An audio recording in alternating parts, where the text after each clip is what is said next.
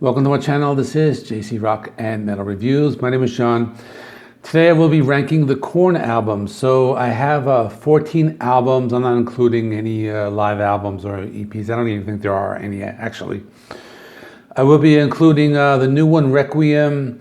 And let me just not waste any more time and get right into it. I will say that there are some controversial placements, but this is just my opinion. And, you can always put your, ranking in the comment section. But anyway, let me just jump right into this. At number 14, I have Korn III, Remember Who You Are, released 2010. This album is pretty much forgettable for me. But on a positive note, it is a shorter album at 44 minutes. The sound is different, I guess kind of like more like alternative metal than Korn. There are not really any songs in the album that really stand out for me. Maybe like Fear's a Place to Live is okay, but this one has a very different sound. At number 13, I have the Untitled album, released in 2007. Now I have this low because there's only really one song I like from it, called like Evolution. Otherwise, the album is pretty much forgettable. It has a sound that's kind of very different. They kind of lost their heaviness on this album, and the songs are not that great. The sound is a little different. It has like a slight industrial metal sound, kind of strays from that typical like Korn sound, but for that reason, I have it at number 13.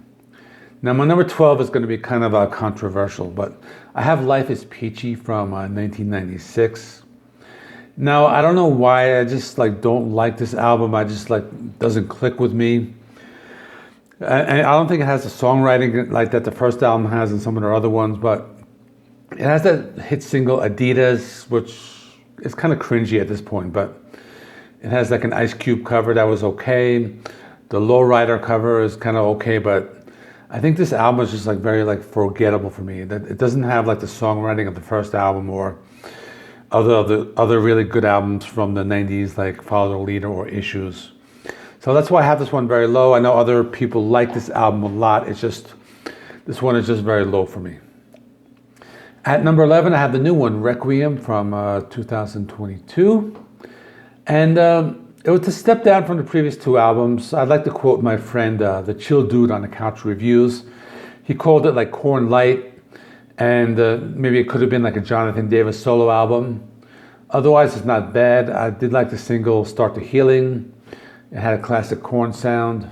The final song is not too bad. They kind of tried to recreate that like Freak on a Leash sound with like that scat singing. But the best thing about this album is it's only 30 minutes, so it's a quick listen. But otherwise, I think the other albums are a lot better. At number 10, I have the Paradigm Shift from 2013. I actually didn't like this album at first, but this one grew on me a lot. Pretty much, this is the album where Brian Head Welch returns to the band. And I like the song titles. They have like Pray For Me, which is P-R-E-Y. This one has lots of energy. We have Love and Meth. Kind of a fun song. It brings back that like classic sound, those like heavy down-tuned guitar riffs. Spike in My Veins kind of mixes some alternative metal with the classic Korn sound. I think like the return of Brian Head Welch kind of adds a lot to this album. So that's why I have it at number 10, which is kind of low, but I think it is a pretty decent album.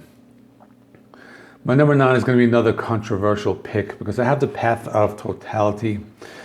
Pretty much everybody puts this at the bottom, but I like this one a lot. It came out in 2011, and it mixes that like sound with like that dubstep, doing collabs with like Skrillex and like other producers. It's a fun album. I would probably rather listen to this than Is Peachy. So we got Narcissistic Cannibal. It's a really great song. One of my favorites. It has that like industrial metal drum beat, those heavy riffs, and it's an album I enjoy. It has lots of energy. I like the songwriting. I like the sound of it. It's very different, and again, just one that I like a lot. At number 8, I have See You on the Other Side. This one came out in 2005. This album has two of my favorite songs by the band. So it has Twisted Transistor and Coming Undone. But otherwise, that's about it. The album doesn't have too much to offer. Another album that could have been trimmed down. It is kind of fairly long at 61 minutes. Not a bad album, just a lot of filler. The other songs are not very memorable. And I have it at number 8 just because of those two songs that I really like a lot. At number 7, I have the Serenity of Suffering from 2016. I guess that's kind of like a comeback album for them. It returns to their classic sound, so we got the opening song, Insane. Very heavy, classic, Korn sound with it. Riding in Vain is a really great single. Very melodic, very catchy, but they do keep the heaviness in their classic sound. Everything Falls Apart, another great heavy song, and has like a cool atmospheric quality to it. So this is a very good album, really good return to form, and they kind of brought back that classic sound.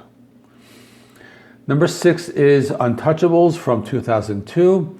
Really good album. I had the CD many years ago. It does have some like really great songs. Here to Stay, Thoughtless, Alone I Break. Now the album does suffer from having like some filler in it in the middle of the album and is a little too long. It's not a bad album, but it is one of the strong albums from the early 2000s period. During this time they were putting out a lot of good material. They were very consistent with their albums, putting out albums every like 2 or 3 years. But due to the length of it, I have it at number 6. At number 5, I have Take a Look in the Mirror from 2003. I think this one was a little better than Untouchables. They incorporated some like hip hop on the album. They have the song Play Me with Nas. Then there are some really great songs like Right Now, Did My Time, Everything I've Known.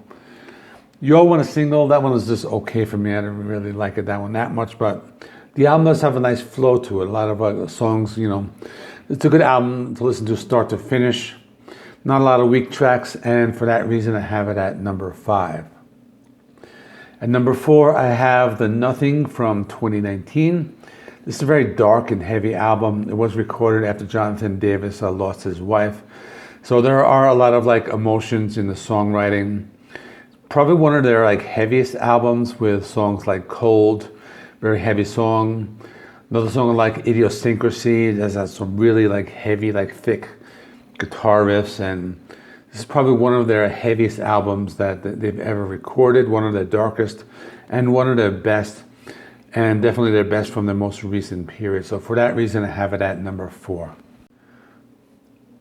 At number 3, I have Follow the Leader from 1998. This is a really good album. It just kind of like starts to take a dip towards the end. So the first 7 songs are just solid. So we have It's On, Freak on a Leash, Got to Life, Dead Bodies Everywhere, Children of Corn, BBK, and Pretty. Then you got track 8, a track like All in the Family that hasn't really aged well. It's kind of like a rap battle between Fred Durst and Jonathan Davis. Kind of like not a great song. The rest of the album is kind of okay. Kind of like the second half of the album, kind of forgettable. The song Cameltosis is one that I don't like a lot. But otherwise, a very strong album, and I have it at number 3 just because that like front end of the album is just very strong. At number 2, I have the debut Korn. It's a solid album. It had a new sound, unlike anything I've ever heard back when I first listened to it in 1994. Very dark, very heavy. My favorite songs are Blind, that slow building intro. Clown, very heavy song. Chutes and Ladders. I still think it's a cool song. It does have those like nursery rhymes and all of that. This album incorporates like those like bagpipes in some of the songs.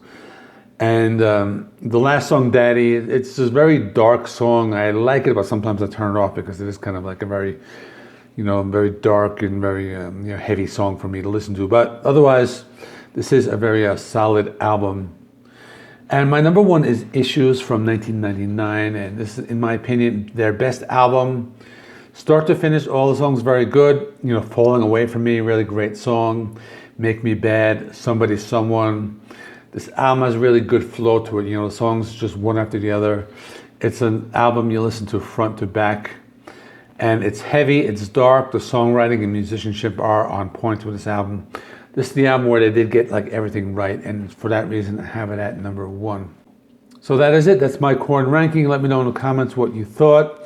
I know I did have some controversial picks with putting like Life is Peachy low and the Path of Totality high and things like that, but this is all my opinion. Let me know what you thought in the comments section, and that is it. My next ranking video for next Sunday will be Saxon. That's going to be a very long ranking. I will be putting something on my community post to vote on what albums I will be doing on Monday and Wednesday. I'll do the top 2 picks, which will be all new releases that were released this particular weekend. So that is all. Please remember, like, comment, subscribe, check out some of my other videos, and I'll see you all in the next one.